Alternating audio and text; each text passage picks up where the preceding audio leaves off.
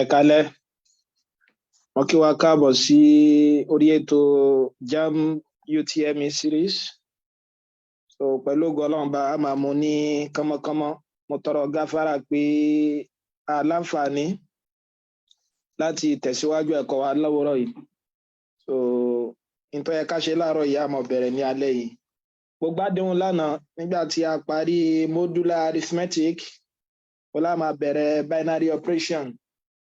So mo lá máa bẹ̀rẹ̀ binary operation. Kí ni binary operation?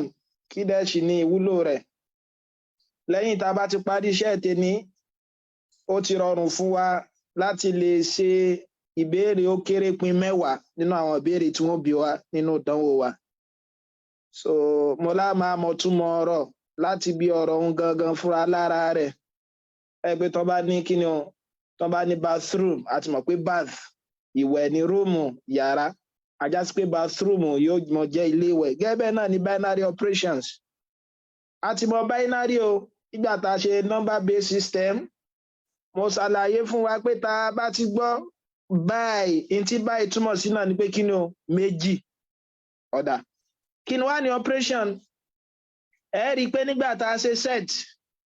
tẹ́ ẹ bá gbàgbé nínú àwọn àpẹẹrẹ méjì eléyìí tí mo fún wa,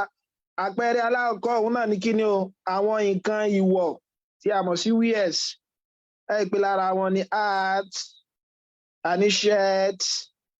a ní shoe, kódà a lè ní socks àti bẹ́ẹ̀ bẹ́ẹ̀ lọ torí infinite set ni o. Gẹ́gẹ́ bákan náà wẹ̀, a lè ní set prime number bẹ́ẹ̀ bí àpẹẹrẹ 2, 3, 5, 7 àti bẹ́ẹ̀ bẹ́ẹ̀ lọ. Ẹ má gbàgbé o, prime number làwọn nọ́mbà tó yẹ kí wọ́n mọ ní factor méjì, àwọn gangan fúnra lára wọn àti 1. Ìgbà tá a ti ní element báyìí, ẹ rí i pé yóò dá ká fi ṣiṣẹ́ o. Ẹ rí i pé tá a bá ní nǹkan kan, bàbí àwọn ọmọ kéékèèké tí wọ́n mọ ń ṣeré, ẹ rí i pé àwọn nǹkan ṣeré wọn, wọ́n lè mọ ṣe kíni o, wọ́n lè mọ mú kan fi ṣeré pẹ̀lú ẹlẹ́ẹ̀kejì náà. Àwa náà lè mọ mú àwọn ẹ́límẹ́ǹtì nínú sẹ́ẹ̀tì wa yìí, a lè mọ mú wọn ṣeré, a lè mọ tó wọn papọ̀. So nínú rẹ̀, òun náà ni pé kíni o, báyà nísìn tí n bá ní kíni, tí n bá ní shoe pẹ̀lú socks, gbọ́dọ̀ bí pé kí n sọ kíni o, kí n ju shoe sínú socks. Ọ̀nà gbà máa pa ẹ́límẹ́ǹtì méjì papọ̀ nínú sẹ́ẹ̀tì wa, òun là ń pè ní operation. Àgbọ́yé nísìn, ó dàbí ká ní kọ́lọ̀ náà ni. Ṣé pé kọ́lọ̀ nísìn, ká pé sẹ́ẹ̀tì kan náà ní kọ́lọ̀, a lè ní blue, a lè ní red, a lè ní purple àti bẹ́ẹ̀ bẹ́ẹ̀ lọ. Ẹ rí i pé ó tún rọrùn fún wa láti pa blue àti red náà papọ̀. Ẹ̀ṣẹ̀ pé papọ̀ ń bẹ̀ wọn, òun náà ni pé ká sọ pé kí ni o, blue plus red. A ti mọ̀ pé blue plus red fáwọn àtàbá jẹ́ artist, kí ni ó mọ̀ fún wa? A mọ̀ pé purple náà ni o. Ẹ rí i pé kí là ń ṣe? Níbi alákọ̀ọ́kọ́, a pa shoe àti socks papọ̀. Ẹ rí i pé element méjì náà ní nínú wíà, a pa wọn papọ̀, ó fún wa lọ́kan. Níbi àpẹẹrẹ kejì, a pa blue àti red papọ̀.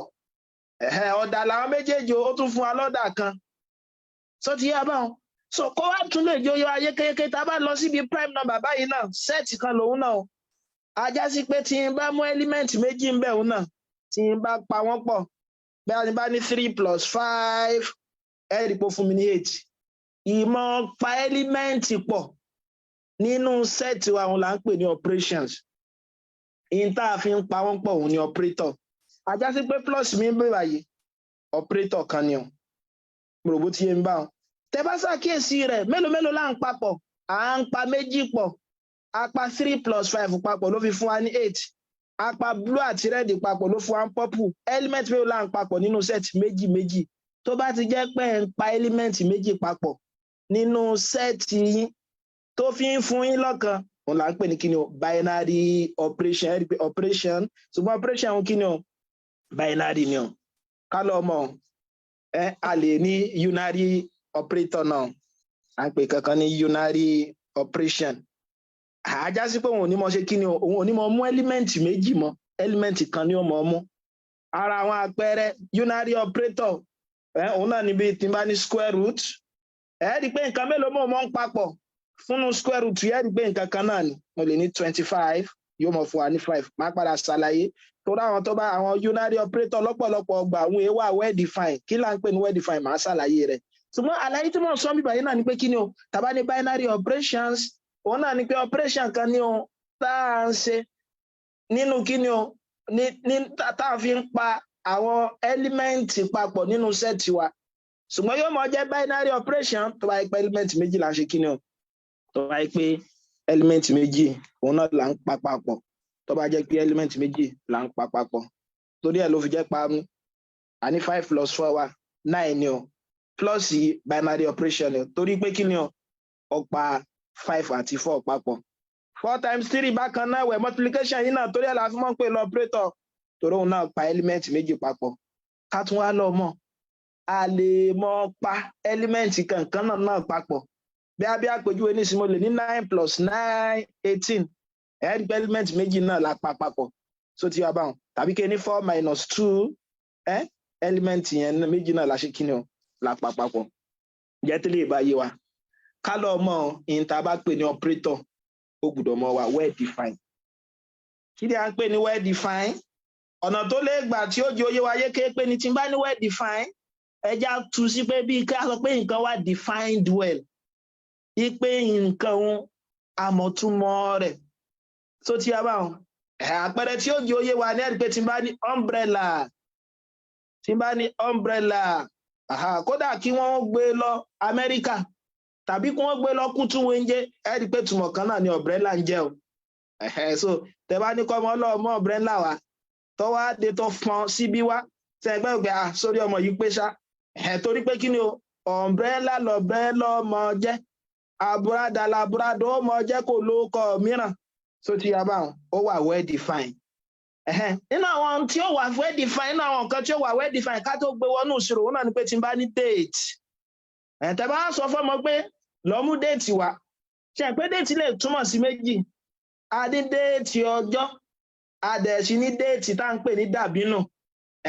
tó bá ti jẹ́ pé túmọ̀ nǹkan kan ju nǹkan lọ kìí ṣe kí ni o kìí ṣe well defined ajá sí pé àwọn operator wa tá à ń pè ní operator wa wọ́n mọ̀ wà well defined addition operator nítorí wà well defined tẹ bá fi addition pa element méjì papọ̀ sánsà méjì ni ó mọ̀ jẹ́ pé tí wọ́n bá ní 2 plus 4 kódà kí wọ́n gbé kí wọ́n má máàkì ẹ̀ Nàìjíríà mọ́ kí wọ́n gbé lọ Amẹ́ríkà kí ni 2 plus 4 mọ̀ jẹ́ o 2 plus 4 6 náà ni ó mọ̀ jẹ́ o òbó ti yà wá bá so nínú àwọn tá a gbọ́dọ̀ dì mú òun náà ni pé kí ni o operator wa ó gbọ́dọ̀ mọ̀ wà well defined ó gbọ́dọ̀ mọ̀ wà well defined ọ̀yà bó wà ní binary operator àti mọ̀ pé yóò mọ̀ wà well defined àwọn unary ńkọ́ tí wọ́n mọ̀ wà well defined square root gẹ́gẹ́ bí àpẹẹrẹ kò ní mọ̀ wà well defined torí square root of 5 ẹ̀yin lè ní 5 ní o ẹ má gbàgbé pé tá a bá ní square root of number kan òun náà ni pé tó jẹ́ kí ni tí máa multiply pẹ̀lú ara rẹ̀ lẹ́ẹ̀mejì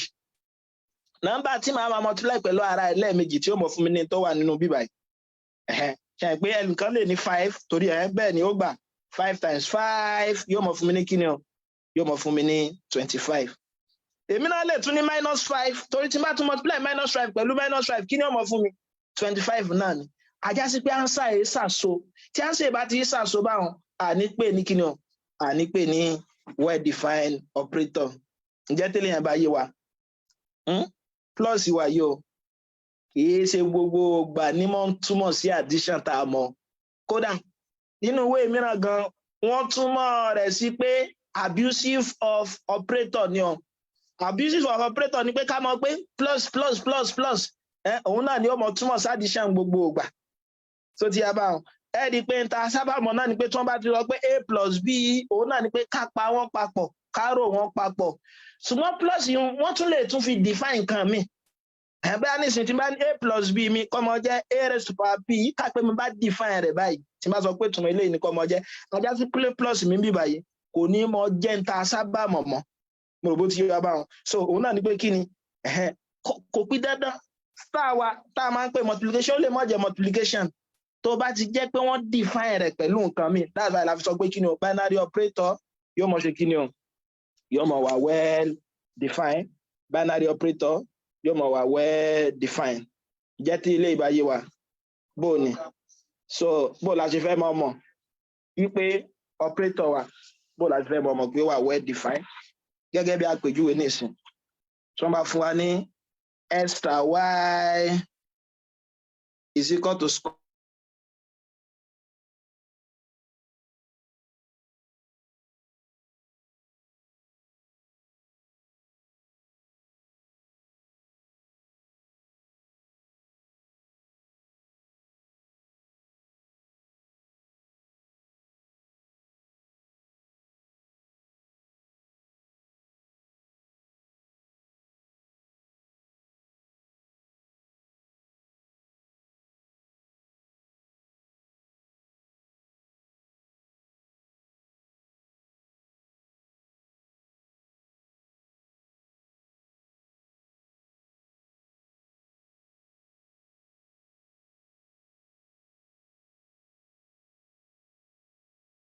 x star y is equal to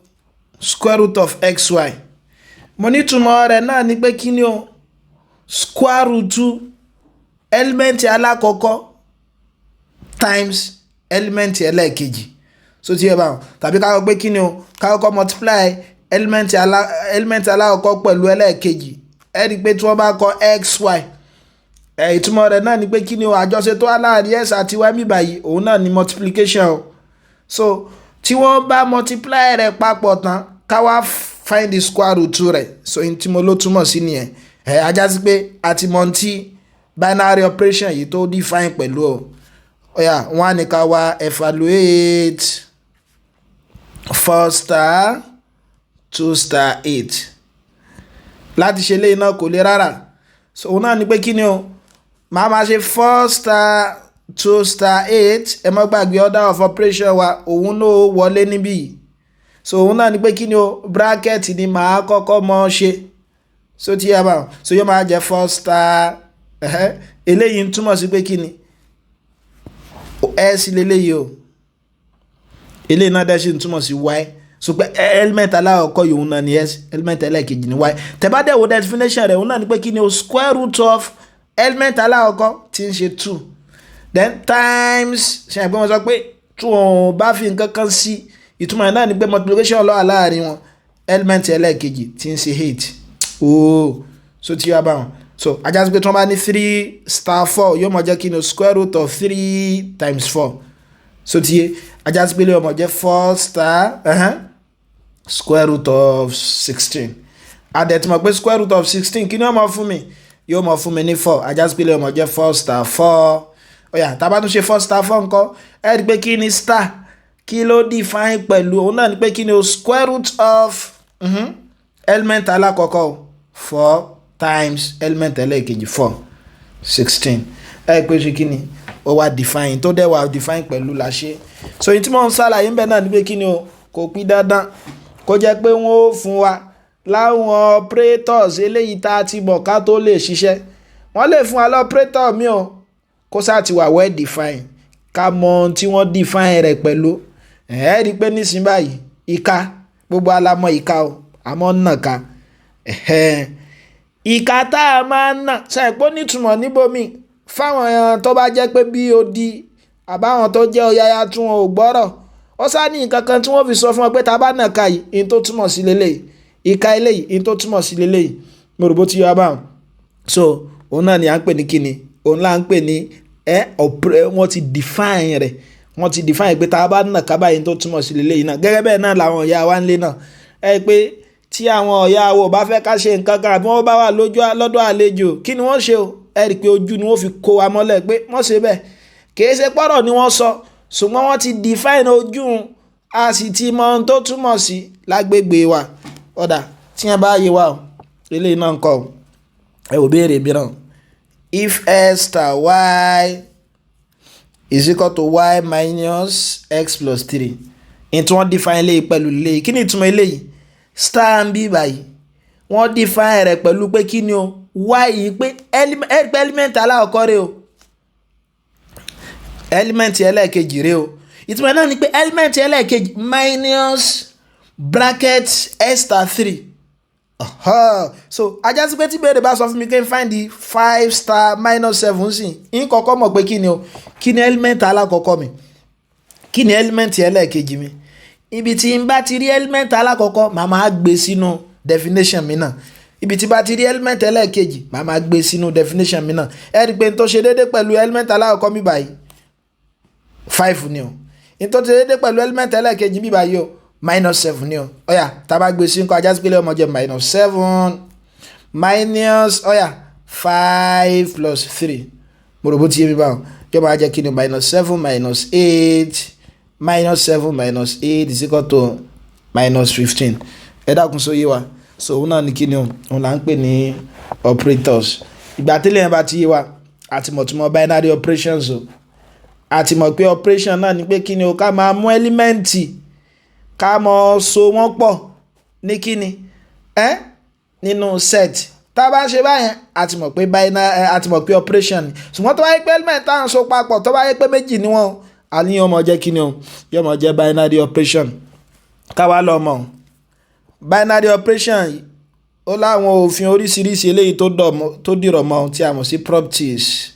properties of binary operations. properties of binary operation. property alákọ̀ọ́kọ́ tá a mọ̀ ṣàlàyé òun náà ni closure. so tàbí kan sọ pé kí ni o closure. ìgbà ọlá máa sọ pé nǹkan kan wà closed, a máa sọ pé operation kan wà closed. so ti yọ báwọn tó bá jẹ́ pé tẹ́ ẹ bá mú element méjì, ẹ mọ̀ pé tá a bá ti mú element méjì a ti mọ̀ pé ó ti di kí ni o ó ti di binary operation àbí. tí n bá mú element méjì yẹn tí n bá so papọ̀ tó bá jẹ́ pé n tó fún mi ó tún wà nínú element yẹn náà. ẹ wà pẹ́rẹ́ lẹ́ẹ̀kan ẹ rí i pé mo ní color. so ti yé ṣe pé set color mi òun ni blue red purple. ẹ rí i pé blue red nísìn tí n bá rò wọn papọ̀ ṣe pé tá a bá rò ọ̀dà méjèèjì papọ̀ a ní yóò mọ̀ fún wa ní purple. so ti yá báwọn tá a bá ṣàkíyèsí blue ó wà nù sí o, red náà ó wà nù sí o. so ti yá báwọn ìròpọ̀ àwọn méjèèjì náà òun náà ṣe kíni o ó wà nínú sí. tó bá ti jẹ́ pé kíni o tó bá ti jẹ́ pé rọ́pò wọn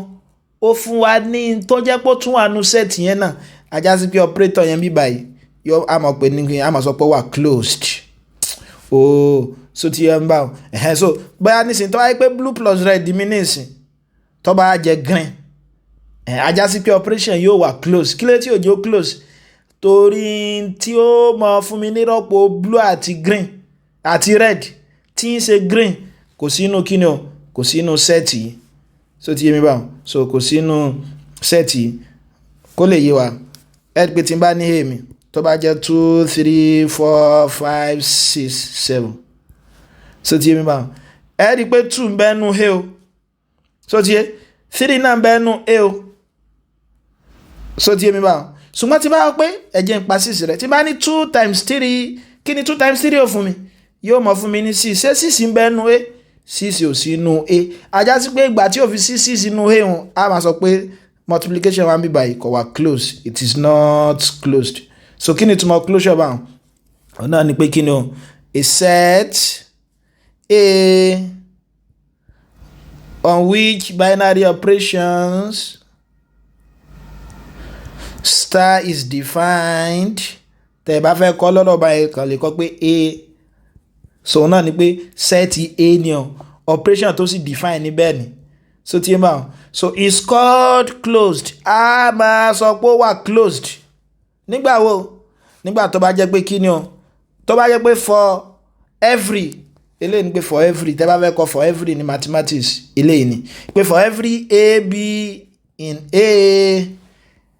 àwọn element méjì yẹn tá a mú nú A tó sọ di binary operation yẹn àbí so A star B tá bá tí wá ṣe papọ̀ wọn náà òun náà gbọ́dọ̀ máa wà nú A. mo rò bó ti yé mi báwọn A star E òun náà gbọ́dọ̀ máa wà nú A. bó wà ní tí n bá ní A mi tó bá jẹ́ 1 2 3 4 5 dérí 10 so ti yé mi báwọn ọ̀yà is star closed tí wọ́n bá bèèrè lọ́wọ́ pé is star closed àbí ká sọ pé is addition closed. addition close so ti yé báwọn because tẹ́ bá ṣàkíyèsí dáadáa kódà ó lè mọ́ close torí for every ní gbogbo element tí bá ti múnú 10 ó gbọ́dọ̀ mọ́ ṣe kí ni o ó gbọ́dọ̀ mọ́ bá ṣiṣẹ́ ṣe pé tí bá ní 10 plus 11 bí báyìí 10 plus 1 bí báyìí yóò mọ̀ fún mi ní 11 ó dẹ̀ sínú a ajá sí pé kò ní mọ́ close ọ̀dà bó ni tí bá sọ pé a mi jẹ́ set of integers ńkọ́ ká pé a is what set of integers kò sí integer méjì tẹ́ bá mú tẹ́ bá rò wọn papọ̀ kí ni ó mọ̀ fún wa yóò mọ̀ fún wa ní integer náà ni so ajá sí pé mo lè sọ pé kí ni o addition is closed on what on a set of integers ẹ dákun sóyè wa báwọn so aláwọ̀kọ́ ni òfin aláwọ̀kọ́ ni tí a mọ̀ sí closure a mọ̀ sí closure property ìjẹ́ tí lẹ́yìn bá yé wa kí lófin kejì o wọn náà là ń pè ní commutative rófin yìí o element méjì ni wọ́n mọ̀ ṣiṣẹ́ fún tá a bá ní commutative wọ́n yọ látara commute tí n bá sọ pé mò ń gbé lélégédé níbi tí mo ti máa ń commute lọ sí school mi lójoojúmọ́ commute ni pé kéèyàn mọ́ lọ kéèyàn mọ́ bọ̀ kéèyàn mọ́ lọ kéèyàn mọ́ bọ̀ so ìtumọ̀ tá a bá sọ pé nǹkan kan wà commutative òun náà ni pé tá a bá jẹ́ pé a bá tún kọ́ tó yẹ pé ọ̀nà ìgbà tó ọ̀nà ìgbà kọ́ kò ṣe pàtàkì bí a nìsín tí bá ní a star b ẹ rí i pé wo ló jẹ́ first element bí báyìí a ni o èwo ní second element b ni o tó bá jẹ́ pé tí n bá wá yí ipò tó jẹ́ pé tó jẹ́ lẹ́ẹ̀kejì lẹ́ẹ̀kan ó já lákọ̀ọ́kọ́ ní bí báyìí tí n bá ní b star a tó wá fún mi lánsà kan náà ó wà commutative nìyẹn so ti yá báwọn ní tí ó jẹ́ yóò wá náà ni pé kí ni sẹ́lẹ̀ fún mi lápẹẹrẹ addition wà commutative ẹ pé tí n bá ní 3 plus 4 kí ni o 7 tí n bá ṣe yípo wọn kọ́ 4 plus 3 kí ló náà fún mi o 7 ìgbà tó ti jẹ́ pé ń gbà ń bá ro alákọ̀ọ́kọ́ àtẹlẹ́ẹ̀kejì papọ̀ tí n bá tún á ṣe yípo wọn tó ṣe kí ni o tó tún fún mi ní nǹkan kan náà ajá sí pé plus is what is commutative addition wà commutative bó wà ní subtraction kọ́ is minus commutative ṣé minus wà commutative ẹ ronú sí o ṣé a minus b mi ṣe yóò mọ fún mi ní b minus a kò ní mọ fún mi ẹ pé tẹ bá ronú sí nọ́mbà kan náà pé 5 minus 3 ẹ rí i pé kí ló wọ́n mọ fún mi 2 ni o ọ̀dà tí n bá ṣàyípo wọn kọ́ tẹ́lẹ̀ kejì bá da lákọ̀ọ́kọ́ tálákọ̀ọ́kọ́ bá dẹ́lẹ̀ kejì 3 minus 5 yóò mọ̀ jẹ́ minus 2 ẹ rí i pé àwọn méjèèjì ò ṣe kí ni o wọn ò equal síra wọn ìgbà táwọn méjèèjì ò fi equal síra wọn 5 minus 3 is not equal to 3 minus 5 ajá sí pé kí ni o subtraction ò ṣe kí ni o subtraction is not commutative mo rò bó ti yẹ bá is not commutative bó wà ní ṣé multiplication wà commutative multiplication wà commutative tọrọ náà gbà máa multiply kò ṣe kí ni o kò ṣe pàtàkì 2 times 4 8 ni ó mọ̀ fún wa 8 times 4 times 2 náà 8 náà ni o so a dot b is equal to b dot a ajá sí pé dot is also what is also commutative àti mọ̀túnmọ̀ closure àti mọ̀ tí commutative náà jẹ́ o inú òfin eléyìí tí wọ́n tún fẹ́ ká dì mú òun náà là ń pè ní kíni o associative ẹ rí i pé àṣàlàyé fún wa tó wáyé pa bá ní element méjì tá a wá gbé operator wá sí tó jẹ́ pé ọ̀nà àgbàkọ́ wọn kò bá ṣe pàtàkì tó jẹ́ pé mo lè yálà kọ́kọ́ padà sí ipò ẹlẹ́ẹ̀kejì tó sì jẹ́ pánsá kan náà ni ó bọ̀ fún mi padà àníyàn ní kíni o commutative wá ra associative náà ni pé kíni o a mọ̀ ní element mẹ́ta o òun náà ni pé for every fún gbogbo àwọn element a b c in x kápẹ́ x ní kíni o òun ni set wa òun náà ni pé a star b star c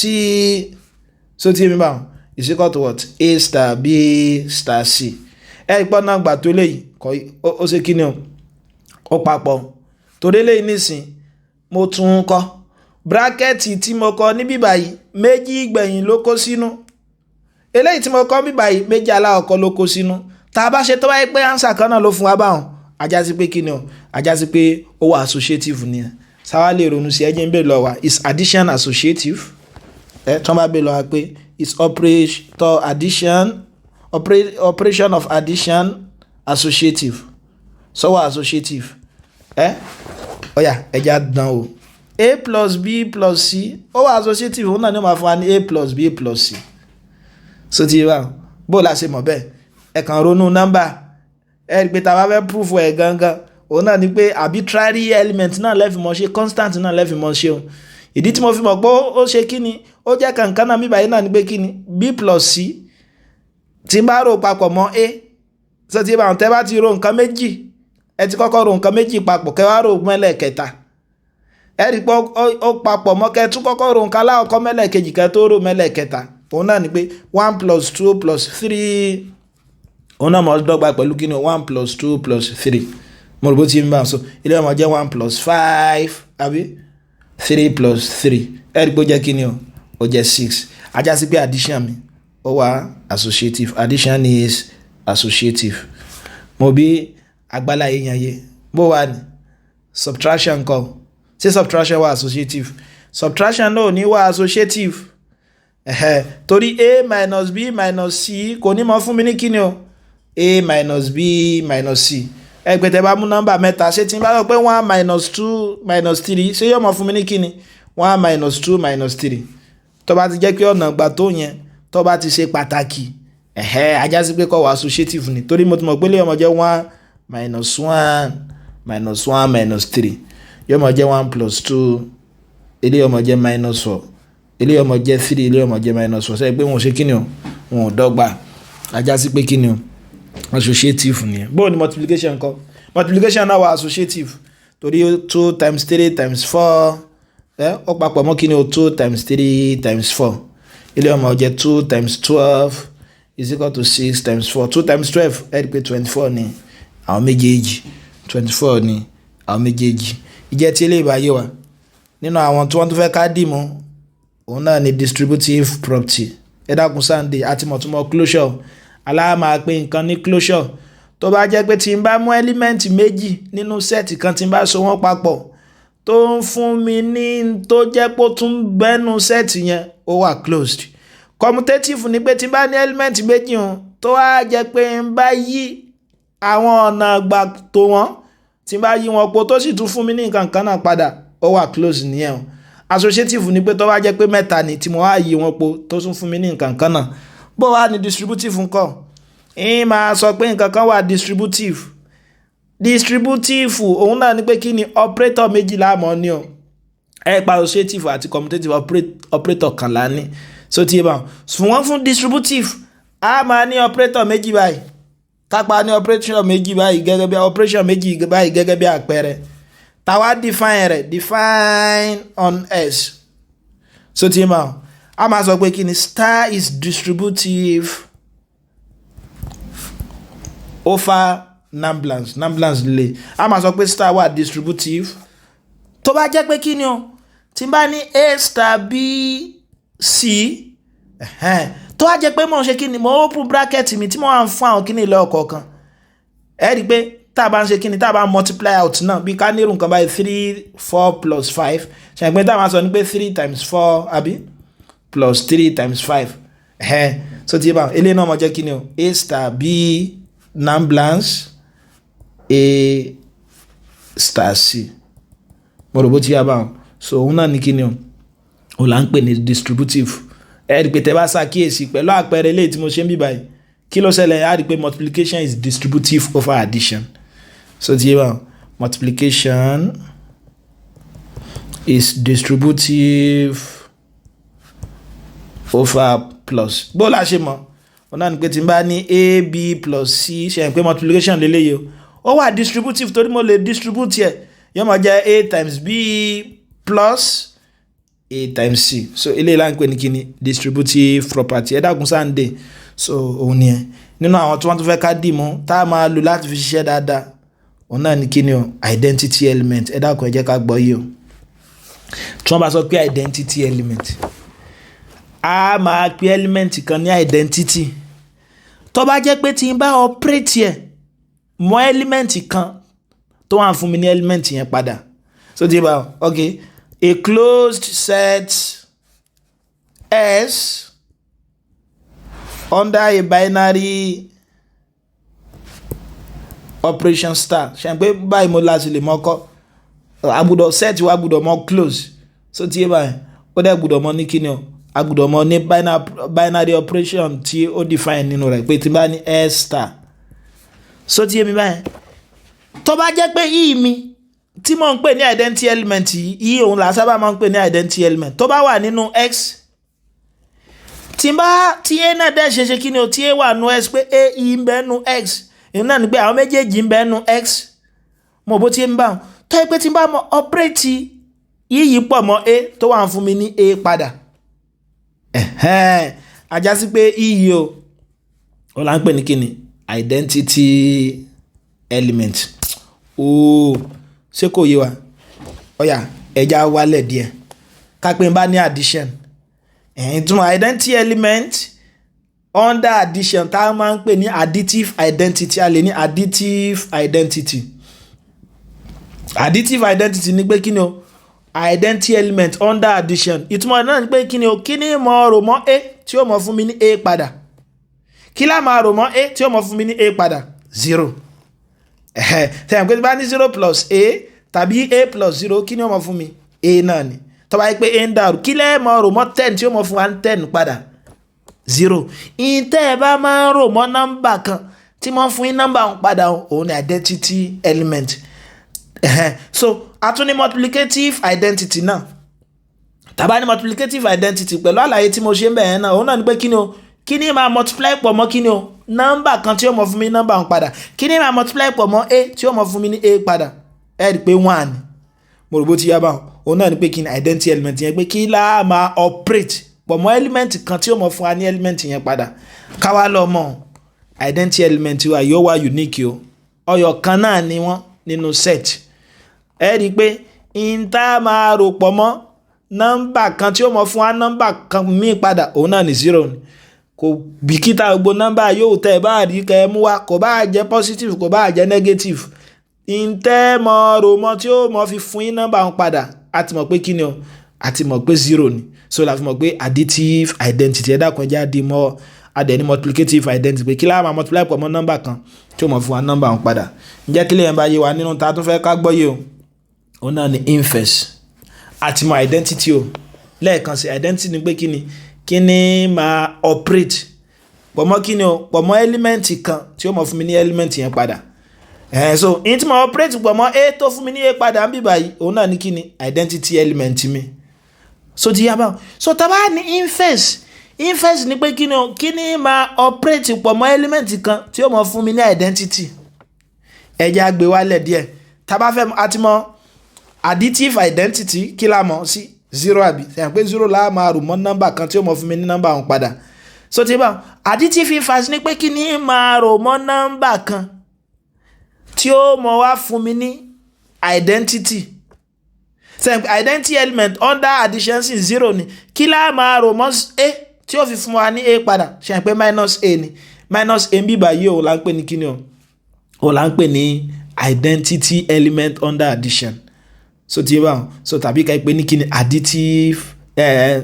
inverse mo fẹ́ sọ inverse element under addition tàbí ká pè ní additive inverse oya fún nọ́mbà nǹkan ẹ pé 5 kí ni mo rò mọ́ 5 tí ó fi mọ́ fún mi ní identity element padà ṣe pé minus 5 ni ajá sí pé minus 5 òun ni inverse 5 mo rò bó ti ń bá ń pè nítorí pé tá a bá rò papọ̀ mọ́ nọ́mbà kan tó ń fún wa ní kí ni padà tó ń fún wa ní identity element adẹ̀ tí mo pé identity element under addition òun ni 0 mo rò bó ti yá báwọn ọ̀yà ní under multiplication kọ́ ọ̀yà bẹ́ẹ̀ ti sọ náà nìyẹn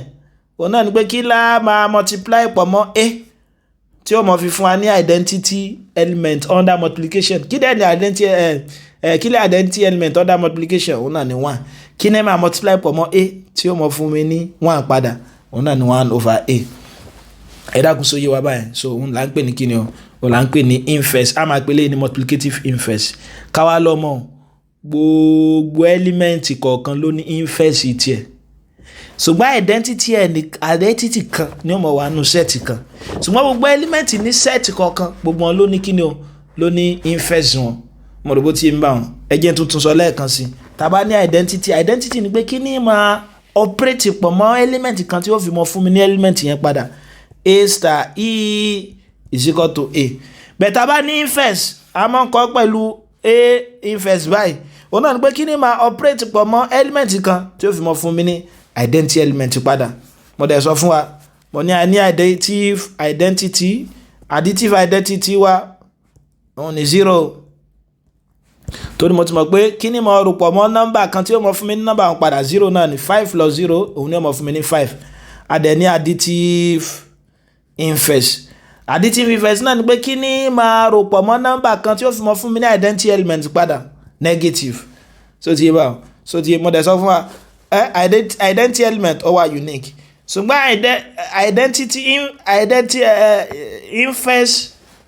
additive inverse òun ṣe kí ni o ó wà unique fún gbogbo àwọn nọ́mbà yẹn lẹ́ẹ̀kọ̀ọ̀kan gẹ́gẹ́ bẹ́ẹ̀ náà ni multiplication ẹgbẹ́ tó bá yẹ pé multiplication ni ẹ jẹ́ n fi gègé mi nǹkan ká pé multiplicative ni o multiplicative identity òun jẹ́ 1 pé kí láà máa multiply pọ̀ mọ́ nọ́mbà kan tí ó mọ̀ fi fún wa nọ́mbà yẹn padà 1 ni o multiplicative inverse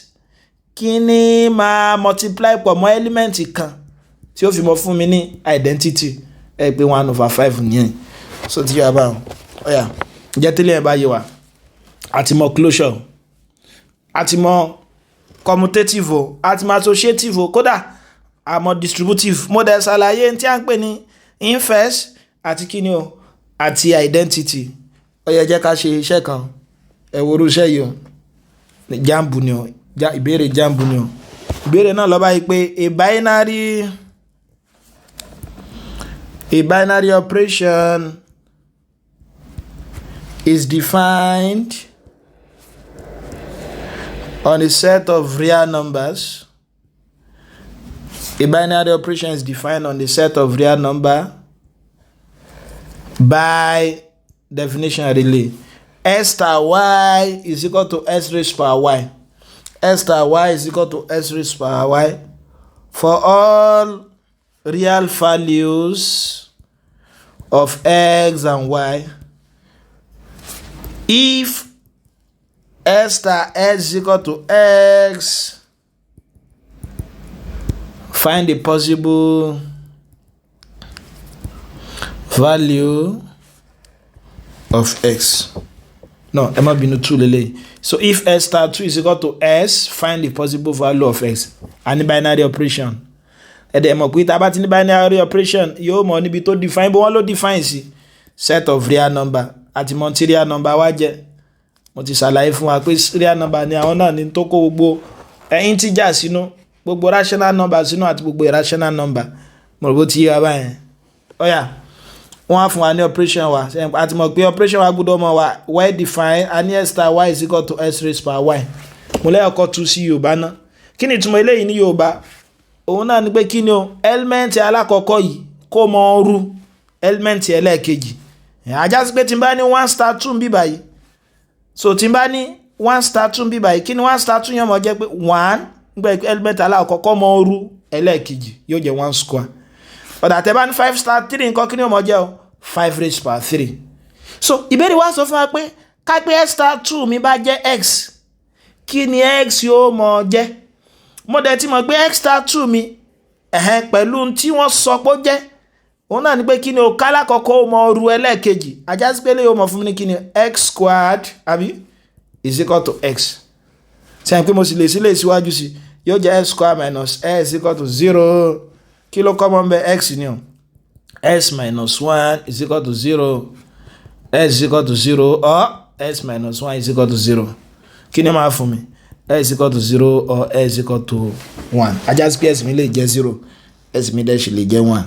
ìbéèrè JAMB ní ẹ̀rí pé kò lè rárá o ẹjá tún ṣe ìmíràn number 2 which of the following is commutative èwo nú àwọn yìí ló wà commutative ìbéèrè JAMB náà ni o ẹ má gbàgbé tí mo pè commutative fún wa òun náà ni pé tó bá yẹ pa bá ní element méjì tá wá ń yí ọ̀nà ìgbà kọ́ wọ́n kápẹ́lẹ́ tí ń bẹ níwájú tẹ́lẹ̀ àgbè sẹ́yìn èyí tí ń bẹ nílẹ́yìn àgbè síwájú tó sì tún fún wa ní kankan náà ajásí pé wà commutative ọ̀yà ẹ̀já ayé ẹ̀ wò a star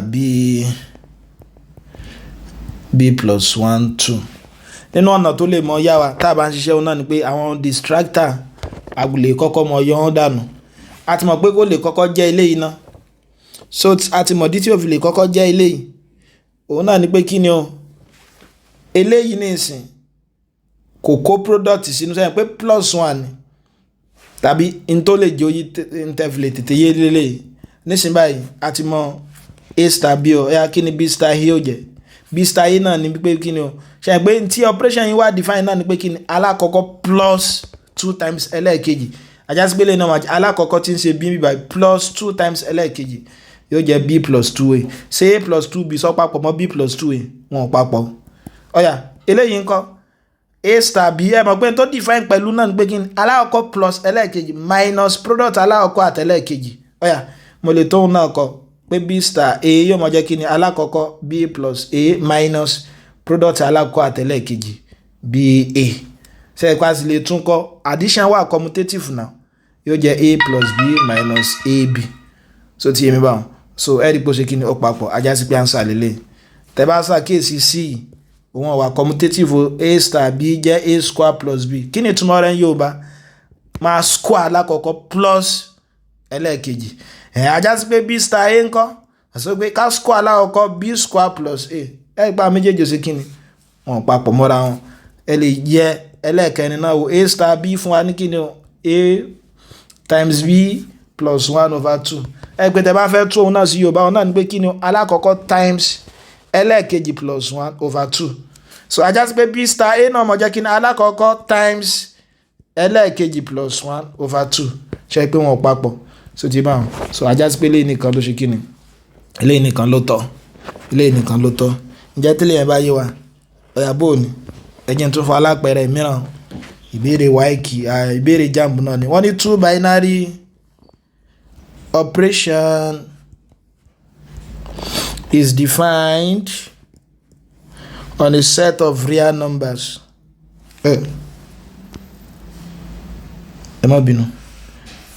So 2 binary operations, star and numblance, are defined over sets of R.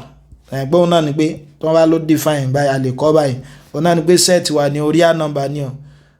àwọn binary operation wà dẹ̀ sí ni ṣùgbọ́n kí ni star wá sáwọn pé ó gbọ́dọ̀ wà well define kí ni star wá define pẹ̀lú sy minus y minus 3 bó lẹ́sẹ̀ mọ̀ ṣe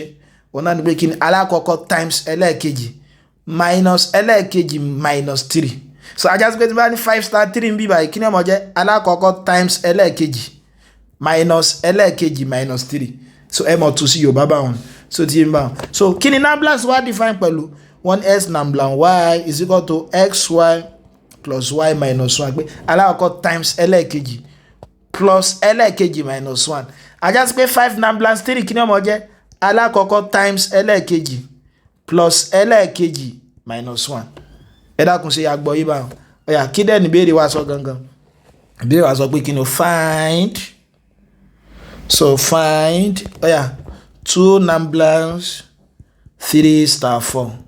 eléyìí náà ò lè rárá ìyìn tá àkọ́kọ́ ṣe òun náà ni pé kí ni o ẹ kọ́kọ́ mọ̀ ṣe bracket yìí náà ẹ má gbàgbé p board mass wa order of operation kí ni p board mass òun náà ni pé tẹ́ bá kọ́ ní power ẹ kọ́kọ́ ṣe kí ni ẹ kọ́kọ́ ṣe lẹ́yìn rẹ̀ ẹ wo bracket lẹ́yìn rẹ̀ ẹ wá wo order náà ni pé kí ni tó ẹ pé division àti multiplication lọ́wọ́ kọ́kọ́ síwájú ẹ kọ́ ṣe lẹ́yìn náà ẹ wo addition àti subtraction ọ̀yà ajá sí pé àkọ́kọ́ sí arákùnrin àgbẹ̀ yìí 3 times 4 3 star 4 kí dẹ̀ ní star kí ló define pẹ̀lú ẹ wo òun náà ni pé kí ni ẹ rí pé alákọ̀ọ́kọ́ ni ẹlẹ́ẹ̀kejì ni ìtí ń sa alákọ̀ọ́kọ́ mi báyìí náà ni s ìtí ń sa ẹlẹ́ẹ̀kejì mi báyìí òun náà ni y ṣàyẹn pé máa jẹ́ kí ni o 3 times 4 minus kí ló dúró fún bí y bí báyìí 4 minus 3 so tí yé yóò máa jẹ́ kí ni o 2 numblance 12 minus kí lélẹ́yìí o eléyìí jẹ́ 4 minus 3 tí ń ṣe 1 so tí yé yóò máa jẹ́ 2 numblance 11 ọ̀yà kí wọ́n á ní 2 numblance 11 wọ́n ti define operator numblance yẹn pé kọ́ mọ jẹ́ kí ni o alákọ̀ọ́kọ́ times ẹlẹ́ẹ̀kejì plus ẹlẹ́ẹ̀kejì minus 1 tàbí ká ìwé pé kí ni èwo ló dúró fún x bí báyìí ẹ rí pé èyí tó dúró gẹ́gẹ́ bí x 2 ni o èyí tó dúró bí y 11 ni o ajá sí pé yóò máa jẹ́ kí ni o x kí ló dúró bí x mi báyìí 2 times kí ló dúró bí y mi 11 plus kí ló dúró bí y mi 11 minus 1 so ajá sí pé arákùnrin yóò máa jẹ́ kí ni 22 plus 11 minus 1 yóò máa jẹ́ 33 minus 1 eléyìí tí à ń pè ní kí ni o eléyìí tí ó máa jẹ́ 32 eléyìí tí ó máa jẹ́ 32 ẹ dákun ṣe àgbọ́yé jẹ́ tí eléyìí bá yẹ ẹja tún ṣe àpẹẹrẹ mìíràn a binary operation star ẹ má gbàgbé tá a bá ti ní binary operation a gbọ́dọ̀ mọ rí set tí wọ́n define rẹ̀ is defined on the set R of real numbers. Ajá sí pé mo ní tẹ́ bá fẹ́ tún yẹn kọ ẹ lè kọ báyìí pé kí ni o R set wa ni o operation wa ni ẹ dẹ̀ má gbàgbé operation tí wọ́n bá ti dákọ̀ operation kájá sí pé wọ́n gbọ́dọ̀ define rẹ̀ kí ni wọ́n define rẹ̀ pẹ̀lú a star b is equal to what a plus b minus 2ab. Mo dẹ̀ sọ fún wa ẹ kọ́kọ́ tú sí Yorùbá kí ni ìtumọ̀ a star b báyìí ìtumọ̀ náà ni pé kí ni ẹ hó pé wo alákọ̀ọ́kọ́ bí báyìí a ni ẹlẹ́ẹ̀kejì bí báyìí b ni so ìtumọ̀ náà ni pé ro alákọ̀ọ́kọ́ àtẹlẹ́ẹ̀kejì papọ̀ minus 2 times product alákọ̀ọ́kọ́ àtẹlẹ́ẹ̀kejì. Mo rò bó ti yé mi báwọn ìbéèrè náà wà lọ báyìí pé is star closed ṣé star wà closed so ti yé báyìí. Ẹlẹ́ẹ̀kejì wọ́n ní find the identity element of R kẹwàá tí identity element yóò jẹ́ àti mọ̀ pé yóò máa wà unique o. C wọ́n ní determine the inverse under star. Eléyìí ò lè rárá láti ṣe òun náà ni pé kí ni o ẹ jẹ́ kọ́kọ́ mọ̀ tí wọ́n define operation mi pẹ̀lú a star b òun ni kí ni o a plus b minus 2ab so ti ń bá a star b òun náà ni kí ni o a plus b minus 2ab ẹ̀yà wọ́n á ní kí n wo bóyá a mi wà closed ẹ̀dẹ̀ mọ́ gbàgbé ìgbà ọlá máa sọ pé nǹkan wà closed òun náà ní pé tó wáyé pé kí ni o element méjèèjì tá a mú tó bá ń bẹ́ẹ̀nu set tí wọ́n fún wa pé set tí wọ́n fún wa bíbá yìí real number ni so ab wa tí bá ń bẹ́ẹ̀nu real number ajá sí pé a star b mi náà gbọ́dọ̀ mọ́ ṣe kí ni o ó gbọ́dọ̀ mọ́ wà nù real number bó la ṣe máa yẹ̀ wò pé tí n bá ní a star b mi ní ìsìn a plus b minus 2ab rí pé in tó fún wa lélẹ́yìí o a nísìn real number ni o àbí b real number ni o tí bá multiply real number méjèèjì papọ̀ kí ni ó mọ fún mi real number ni o tí n bá ro real number méjì náà papọ̀ kí ni ó mọ fún mi o real number lòun náà tí n bá yọ real number méjì kó nu ara wọn pé a plus b tí ń ṣe real number minus 2ab tó náà ṣe real number minus real number kí lòun náà mọ fún mi yóò mọ fún mi ní real number ẹ̀rí pé tá a mọ get náà real number náà ni ajá sí pé a star b real number lòun náà so ti bá so ìgbà tí ab mi ti ń bẹ́ẹ̀nu r tí operator mi binary operation mi náà tún bẹ́ẹ̀ ní r ajá sí pé star is what is closed. Tẹ́ bá fẹ́ túlẹ̀ tí ó di òye wa òun náà ni pé kí ni ẹ jẹ́ n wá a star 3 ṣe pé wọ́n ti fún mi ní a star b mi pé kó mọ jẹ́ a plus b minus 2ab ajá sí pé a star 3 ó mọ jẹ́ ṣùgbọ́n da ẹ mọ́ lo nọ́mbà fi ṣe torí nọ́mbà kan rẹ̀ tẹ́ bá lo arbitrary element yóò mọ̀ ṣiṣẹ́ fún gbogbo àwọn tó ń bá bẹnu set yẹn ṣe pé kẹ́ tó gbé pé nǹkan kan wà set tàbí kẹ́ tó ló ṣiṣẹ́ fún ó gbọ́dọ̀ ṣiṣẹ́ pé for all fún gbogbo element inú set yẹn ajá sí pé ó mọ jẹ́ 1 plus 3 minus 2 times 1 times 3 yóò máa jẹ́ 4 minus 6 kí ni 4 minus 6 minus 2 1 real number ni o 3 real number ni o minus 2 target náà ńkọ́ real number lòun náà ajá sí pé n tó fi mú 1 3 kọ́ mọ jẹ́ real number tí n ta wá get náà jẹ́ real number ajá sí pé star is what star is closed bẹ́ẹ̀ ṣe mọ prove ẹ̀ nìyẹn ajá sí pé star is closed wọ́n á ní ká wá kí ni identity element ò lè rárá bó mo ṣe sọ identity element kí mo pa identity element náà ni pé kí lá máa operate pọ̀ mọ́ element kan tí ó mọ̀ fún wa ní element yẹn padà ẹ mọ̀ pé operator wa ń bí by star ni tí identity element mi bá jẹ́ e òun náà ni pé kí ni o kí ni máa tí e mi bá multiply a tí ó mọ̀ fún mi ní a padà máa wá wá yìí so ti máa pé kí la máa operate pọ̀ mọ́ element kan tí ó mọ̀ fún mi ní element yẹn padà. a sọ pé additive identity wa 0 nítorí 0 ní ìmọ̀ rò mọ́ nọ́mbà tí ó mọ̀ fún mi ní nọ́mbà yẹn padà. so ti báyìí àdẹ̀sí ló wà unique so ní operator tá a bá ti fi ń ṣiṣẹ́. ọ̀yà kí ni wàá ní a star e mi ṣe pé a star e mi ń sìn mo ti mọ a star b ẹ̀ kọ́ wo definition rẹ̀ a plus b minus 2ab pé alákọ̀ọ́kọ́ pẹ̀lú ẹlẹ́ẹ̀kejì a plus e minus 2 times alákọ̀ọ́kọ́ àtẹlẹ́ẹ̀kejì 0 ni ẹ pé gbogbo eléyìí lélẹ́yìí òun ló fún alẹ́lẹ́yìí tẹ́ bá ṣe a star e pẹ̀lú àlàyé tí mo ṣe is equal to a mo rò bó tí èmi bá wọn is equal to a ó yẹ já collect like times tàbí tàbá ti fẹ́ collect ẹgbàrákùnrin wá bíbá yóò jẹ́ e minus 2ae is equal to a minus a ẹ pé lè ó jẹ́ e minus 2ae is equal to 0 ni o e kọ́mọ̀ yóò jẹ́ tẹ́ bá gbé e jáde lé yóò kún wà tẹ́ bá ti factor nǹkankan jáde ajá sí pé tẹ́ factor jáde ẹ mọ̀ divide ẹ pẹ̀lú táàmù ẹ lọ́kọ̀ọ̀kan e la gbé jáde tàbá divide e pẹ̀lú him bíbá yóò fún wa 1 then minus 2a is equal to 0. ọ̀yà e mi náà máa jẹ́ kí ni o 0 divided by 1 minus 2a tí ó mọ̀ fún mi ní 0. ẹ dákun so yóò wá báwọn so ajá sí pé identity element mi identity element e is equal to 0. ọ̀yà bó o ní inverse ńkọ́ ẹ tún kọ́kọ́ kọ òfin inverse náà kí ló fi inverse òun náà ni pé kí ni máa operate pọ̀ mọ́ element kan tí ó mọ̀ fi fún mi ní identity element ajá sí pé n lè mọ inverse àfi kí n mọ identity mi so ti ń bá so kí ni máa operate pọ̀ mọ́ a tí ó mọ̀ fún mi ní identity element mi báyìí dẹ̀ sì jẹ́ kí ni 0 ajá sí pé mi bí báyìí inverse ni o so ti ń bá so pé a star a inverse equal to 0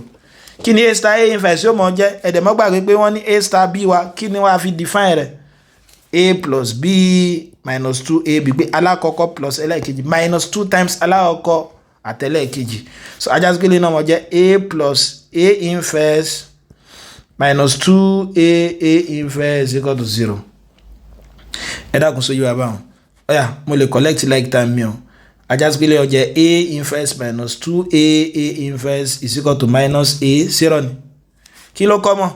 a inverse mi kọ́ mọ́ ilé ọmọ jẹ́ 1 minus 2a is equal to what minus a so tí n bá ajá sí pé a inverse mi ọmọ jẹ́ kí ni minus a divided by 1 minus 2a so minus a is equal to minus a divided by 1 minus 2a. ìbéèrè wa lè wá pé ìgbà ó ní èwo nínú àwọn element yẹn ni onímọ̀ ní inverse èwo nínú àwọn element yẹn ni onímọ̀ ní inverse àti mọ̀ pé gbogbo wọn ní ọmọ ní inverse torí tí n bá fẹ́ find the inverse 2 nísìn sẹ́yìn pé yóò mọ̀ jẹ́ pé bí tí n bá ti rí a kí n fi 2 sí ilé ọmọ jẹ́ minus 2 divided by 1 minus 2 times 2 yóò mọ̀ jẹ́ minus 2 divided by 1 minus 4 minus 2 over minus 3 tí ń ṣe 2 over 3 inverse 2 nìyẹn bẹ̀tẹ̀ yìí tí onímọ̀ ní inverse ni pé kí ni o tó bá ti jẹ́ pé ó bá jẹ́ undefined ìgbà oní ọmọ jẹ́ undefined tí denominator mi bá jẹ́ 0 1 minus 2 èmi tó bá jẹ́ 0 kí ni value yóò mọ̀ jẹ́ 1 is equal to 2a èmi ó dẹ̀ máa jẹ́ kí ni half ajá sí pé gbà tá a ní mọ̀ ní inverse òun náà nígbà tí a mi bá jẹ́ half òun náà nígbà tí a mi bá jẹ́ half ẹ dákun sóyè wa ọ̀yà ẹ̀jẹ̀ tó fún wa ní àpẹẹrẹ mìíràn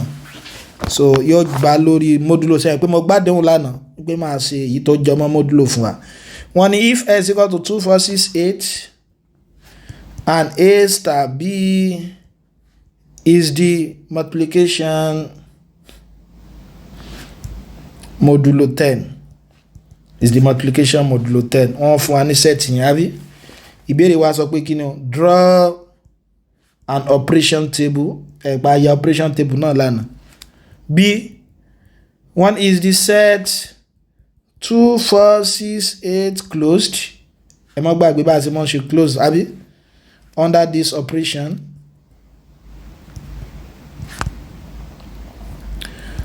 c is it commutative find the identity element ẹ má gbàgbé identity element ọyọ kan náà ni so if it exists then find the inverse if it exists so tí mi bá wọn ọ̀yà ẹ rí i pé wọ́n fún wa ní sẹ́ẹ̀tì wa o a ní 2 4 6 8 wọ́n á ní kí ni o operation tó ń fún wa modulo 10 ni o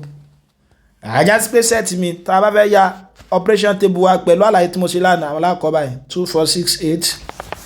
2 4 6 8 báyìí láti mọ̀ ya modulo table àbí ọ̀yà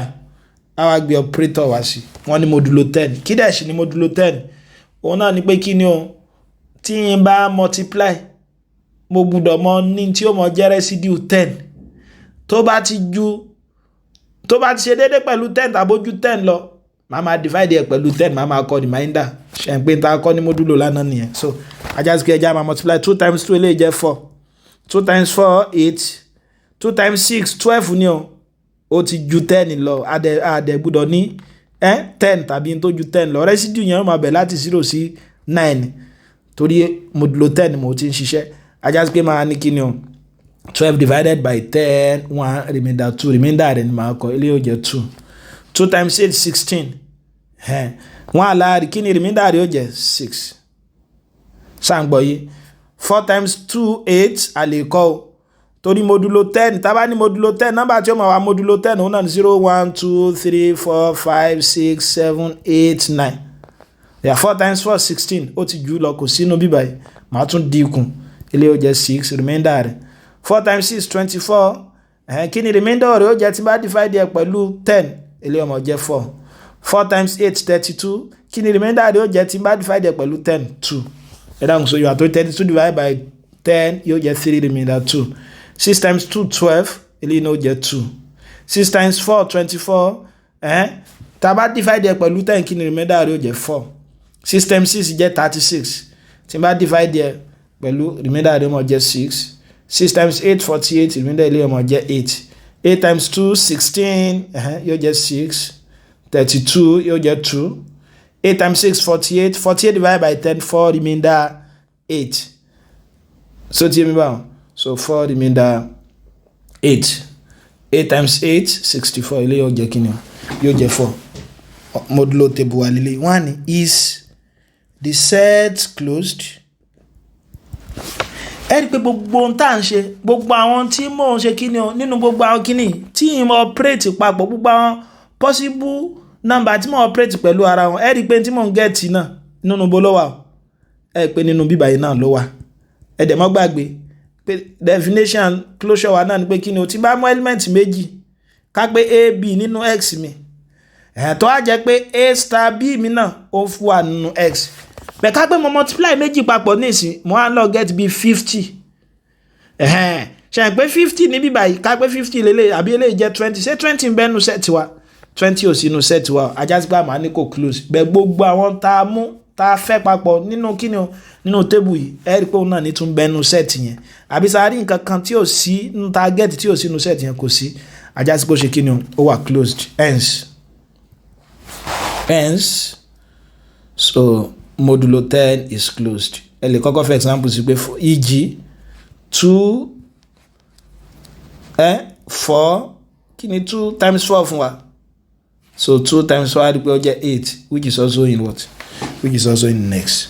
ìbéèrè kejì ìbéèrè kẹta wọn is it commutative ẹ̀jẹ̀ àwọ̀ pé ṣé tí n bá ṣe kí ni o tí n bá sọ pé 2 times 2 ẹ̀ rí pé fún mi ń 4 àbí tí n bá ní 2 times 4 8 kí ni 4 times 2 náà 8 náà ni o 6 times 8 8 8 times 6 ńkọ́ 8 lòun náà mo rò bó ti yé mi báwọn so òun náà ni pé kí ni a b in x a operation b òun náà ló fún wa ní kí ni o b operation a tó bá yẹ pé ọ̀nà ìgbà tó wọ́n kò bá ṣe pàtàkì ẹ gbé 4 operation 8 bí báyìí nǹkan kan náà ló fún mi pẹ̀lú kí ni o 8 operation 4 so ajá sí pé wà kí ni o wà commutative wọ́n á ní ká find the identity element wa àti mọ̀ pé ọ̀yọ̀kan ní identity element tí ó mọ̀ jẹ́ o kí ni identity element òun náà ni pé kí ni mo bá multiply pọ̀ mọ́ a tó ń fún mi ní a padà kí ni mo multiply pọ̀ mọ́ nọ́mbà kan tó ń fún mi ní nọ́mbà yẹn padà kí la multiply pọ̀ mọ́ 2 tó fi fún 1 2 padà ẹ rí pé 6 ni o ẹ mọ́ gbàgbé ó gbọ́dọ̀ wà unique ẹ gbọ́dọ̀ try rẹ̀ fún gbogbo ẹ gbọ́dọ̀ ní méjì ọ̀yọ̀kan náà lẹ gbọ́dọ̀ ní kí ni mo multiply pọ̀ mọ́ 4 tó fún mi ní 4 padà kí ni mo multiply pọ̀ mọ́ 4 tó fún mi 4 padà ẹ rí pé 6 náà ni kí ni mo multiply pọ̀ mọ́ 6 tó fún mi ní 6 padà 6 náà ni kí ni mo multiply pọ̀ mọ́ 8 tó fún mi ní 8 padà 6 náà ajá sí pé identity element mi S6 ni o, and hence identity element is equal to 6 torí pé kí ni o a operation 6 òun ni mo fún wa ní a padà bó wá láti mọ wá inverse o inverse náà ni pé kí ni o kí ni máa operate pọ̀ mọ́ element kan tí ó mọ̀ fún mi ní identity element ajá sí pé mo lè find the inverse 2 inverse 2 náà ni pé kí ni o kí ni máa operate pọ̀ mọ́ 2 tí ó fún mi ní 6 inverse 4 náà ni pé kí ni máa operate pọ̀ mọ́ 4 tí ó mọ̀ fún mi ní 6 pé kí la máa operate pọ̀ mọ́ identity element wa tí ó mọ̀ fún wa ní identity kí ni máa operate pọ̀ mọ́ 6 tí ó fún mi 6 padà kí ni máa operate pọ̀ mọ́ 8 tí ó mọ̀ fún mi ní 6 àgbẹ̀ kí la máa operate pọ̀ mọ́ element kan tí ó mọ̀ fún wa ní identity element àdẹ̀tí mọ̀ pé identity element mi báyìí jẹ́ 6 ọ̀yà kí ni mo multiply pọ̀ mọ́ 2 tó fi fún mi ní 6 8 ni o ajá sí pé identity element of inverse of 2 is 8 ọ̀yà kí ni mo multiply pọ̀ mọ́ 4 tó fi fún mi ní 6 kí ni mo multiply pọ̀ mọ́ 4 mi ni o àbí kí ni mo multiply pọ̀ mọ́ 4 tó fi fún mi ní 6 ẹ ti rí 4 ni ajá sí pé 4 ni inverse 4 òun náà ni 4 ọ̀yà kí ni ṣé ìgbé mo ti ṣàṣe agent ẹ̀yà mi ṣàṣe o 8 náà kí ni mo operate pọ̀ mọ́ 6 tó fi fún mi 6 padà 6 ni o ajá sí pé ilé náà jẹ́ kí ni ilé náà jẹ́ 6 ọ̀yà kí ni mo operate pọ̀ mọ́ 8 tó fi fún mi ní 6 kí ni mo operate pọ̀ mọ́ 8 tó fi fún mi ní 6 òun náà jẹ́ 2 so ti bá so àwọn yẹn ní kí ni àwọn yẹn ní inverse wa torí pé àkókò ti lọ púpọ̀ àwọn àpín kankan ní group o tá bá ní group set kan lòun náà so ti bá combined with an operation ẹ mọ̀ pé tí n bá ti ní kíni tí n bá ti ní set mo gbọ́dọ̀ ní kíni o mo gbọ́dọ̀ ní operation mi ká pé group mi ká pé n bá pè ní G ajá sí pé G star òun náà pé group mi lélẹ́yìn kò wá pín síbẹ̀ o group a máa pè nǹkan ní group tó bá jẹ́ pé kíni o tó bá jẹ́ pé set kan ni tá a sì define ẹ̀ ní kíni o ní binary operation yìí tó wà closed under star ó wà closed tó wà associative tá a sì rí identity existence of identity element tá a rí identity element tá a dẹ̀ ṣe kíni o tá a dẹ̀ rí inverse existence of inverse so tí yé bá wọn ajá sí pé tó bá jẹ́ pé a bá rí sẹ́ẹ̀tì kan tó wà closed so tí yé tó wà associative tá a ní identity element tá a ní inverse ajá sí pé sẹ́ẹ̀tì yẹn a máa pè ní kíni o a máa pè ní group a máa pè ní group bó wá ní a tún wá lè ní additional property tó wáyé pa bá ní additional property commutative ẹ má gbàgbé kí ló fi commutative òun náà ní pé kí ni o tí n bá ní a star b tó bá fún mi ní b star a ó wà commutative so tí n bá ní additional property báyìí máa pè ní kí ni o abelian group so a mọ̀ ṣe fáà tá a bá fẹ́ ṣe kí ni tá a bá fẹ́ ṣe ẹ̀kọ́ gíga so abelian group tàbí wá pè ní kí ni o commutative group so tí ẹ má gbàgbé kí ni group lẹ́ẹ̀kan sí ó gbọ́dọ̀ wà closed kí dẹ́ ló fi closed òun náà ni pé tí ab tí bá ń bẹ́nu g mi ajá sí pé a star b òun náà gbọ́dọ̀ mọ̀ wà nù g kí ni associative property òun náà ni pé tí abc mi bá ń bẹ́nu g ajá sí pé a star b star c ó gbọ́dọ̀ mọ̀ equal sí kí ni o a star b star c inverse ńkọ́ òun náà ni pé fún gbogbo a àti e nínú g a star e mi gbọ́dọ̀ mọ̀ ṣe kí ni o ó gbọ́dọ̀ mọ̀ equal sí kí ni ó gbọ́dọ̀ mọ̀ equal sí a pé kí ni máa multiply kí ni máa operate pẹ̀lú element kan tí ó mọ̀ fún ní element yẹn padà inverse ńkọ́ òun náà ni pé kí ni o fún gbogbo a àti inverse rẹ̀ nínú g ká pé e náà kí lá máa ní o a star a inverse ó gbọ́dọ̀ wá fún mi ní kí ni identity element kí wọ́n á fi káàdì rẹ̀ ńlẹ̀ ká pé wọ́n sọ pé show that z is a group. So one where Z is a set of integers, T set bá set integer, and plus is what? Is addition operation. Yeah, ẹ má gbàgbé àti ní afẹ́ kó tó lè jẹ́ group kí ló fin ó gbọ́dọ̀ wà closed àbí kí ni closure property ó náà ní pé ká pé bá mú element méjì nínú kíni o nínú integer mi tí n bá ro àwọn méjèèjì papọ̀ ó gbọ́dọ̀ mọ́ fún mi ní integer mi ẹ rí pé bẹ́ẹ̀ náà ni so ti wà tàbí ká kọ́kọ́ kọ òfin náà pé ó gbọ́dọ̀ wà closed ó gbọ́dọ̀ wà associative a gbọ́dọ̀ ní identity adẹ̀sí gbọ́dọ̀ ní kíni o a gbọ́dọ̀ ní inverse so ti wà ọ̀yà ẹja máa mọ̀ ọ́ lẹ́ọ̀kọ̀ọ̀kan ẹ pé tí n bá mú a àti b nínú z tí èmi bá jẹ́ integer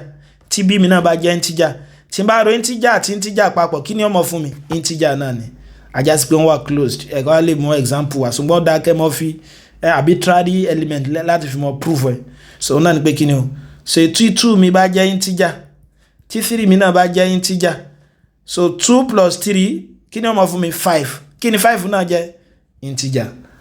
ajá sí pé kí ni o ajá sí pé x plus is what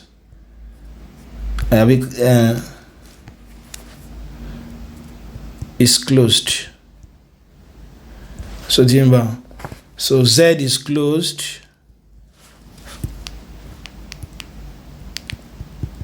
So Jimba, operation here or close. Kilele keji associativity. Associativity. Ona ni pé kíni o A plus B plus C mi. Ó gbọ́dọ̀ máa fún mi ní kíni o A plus B plus C. Pẹ̀lú àlàyé tá ṣe fún gbogbo a b c nínú z ẹ rí pé tòótọ́ ni so tí bá sọ̀rọ̀ eléyìí àti eléyìí papọ̀ ṣe pé mo lè túlẹ̀ yóò mọ̀ jẹ́ a plus b plus c tí bá tú bracket eléyìí náà lẹ̀ òun náà jẹ́ kí ni o a plus b plus c ẹ rí pé kankan náà ló jẹ́ so hence it is what? It is associative. Tàbí tẹ́ bá fẹ́ lò ẹ̀tún á lè máa pẹ̀rẹ̀ wá e.g. kágbẹ̀ bá ní 1 2 3 nínú z mi tí 1 2 3 ẹ́ pé integer ni o tí bá tó wọn papọ̀ ẹ́ rí pé yóò mọ̀ fún wa ní kíni o 1 plus 2 plus 3 ẹjá ṣe ẹgbẹ́ lọ́mọ jẹ́ 1 plus 5 is equal to 3 plus 3 tí ń ṣe 6 so tí yíba ọ̀yà kí ni òfin ẹlẹ́ẹ̀kẹta existence of what? Existence of identity. Kí dẹ̀ lòfin identity òun náà ni pé a plus e is equal to a. Kí ni máa rò mọ́ a tí ó mọ̀ fún mi ní a padà òun náà ni pé there exist báyìí lẹ́sẹ̀ máa kọ there exist nínú mathematics pé a mọ̀ rí element e kan tó jẹ́ 0 nínú integer wa tó yẹ pé tá bá rò pọ̀ mọ́ element kan pé a plus 0 yóò mọ̀ fún mi ní a padà ẹ̀rì pọ̀ wà kí láà máa rò pọ̀ mọ́ nọ́mbà kan tí ó mọ̀ fún wa nọ́mbà kan padà kí láà máa rò mọ́ integer kan tí ó mọ̀ fún wa ní integer yẹn padà 0 ni ajá sí pé hí mi ò tí a mọ̀ sí identity element ó jẹ́ 0 so ti máa ẹlẹ́ẹ̀karùn-ún existence of inverse òun náà ní pé kí ni máa rò mọ́ element kan tí ó mọ̀ fún mi ní inverse kí láà máa rò pọ̀ mọ́ a tí ó mọ̀ fún wa ní a padà ó ti máa tí bá ní integer kan kí ni máa rò mọ́ integer tí ó mọ̀ fi fún mi lódò ṣe pé negative number yẹn ni so òun náà ní pé kí ni a plus minus a òun ni ó mọ̀ fún mi ní 0 ajá sí pé inverse of a is minus a so mo ti mọ̀ ní sí pé kí ni máa rò pọ̀ mọ́ 2 tí ó fún mi ní 0 padà minus 2 kí ni máa rò pọ̀ mọ́ minus 5 tí ó mọ̀ fún mi ní 0 padà òun náà ní pé minus 5 mo rò bó ti mi báwọn so tí a ń pè ní 5 ajá sí pé element mi bí báyìí inverse mi òun náà ní kí ni o òun náà ní negative a ẹ rí i pé set wa ó wà closed o àbí ó wà associative o a ní identity o a dẹ̀ sí ní inverse o nígbà tí mẹ́rẹ̀ẹ̀rin yìí ti wà satisfy ajá sí pé a máa sọ pé kí ni o a máa sọ pé hence set is what? Is a group. Ẹ̀dẹ̀ mọ́ gbàgbé mo ní tá bá yẹ̀ wò tàbá rí pé bóyá ó tún wà commutative náà ẹjá ò bóyá wà commutative ẹ pé tí n bá mú element méjì pé a b in g ẹ pé a plus b is equal to what b plus a ṣe pé tẹ bá ro nọ́mbà méjì papọ̀ tó jẹ́ integer tẹ wá yí wọn po integer náà ni wọ́n mọ̀ fún wa òrùbó tí n bá ní 2 plus 3 ṣe pé 5 ni 3 plus 2 náà nǹkan 5 lòun náà integer sí làwọn méjèèjì so ti bá wọn so tó bá tún wá ní additional property of commutative kí ni mo láàmọ̀ pé a mọ̀ pé ní abelian group tàbí ká pé ní kí ni o commutative group so torí àkókò ti lọ púpọ̀ pẹ̀lú ògo Ọlọ́run bá máa dúró síbí báyìí ní alẹ́ tó ní adẹ́sí wọn ṣe kí ni o a mọ̀ tẹ̀síwájú ní ọ̀la lágbára Ọlọ́run bá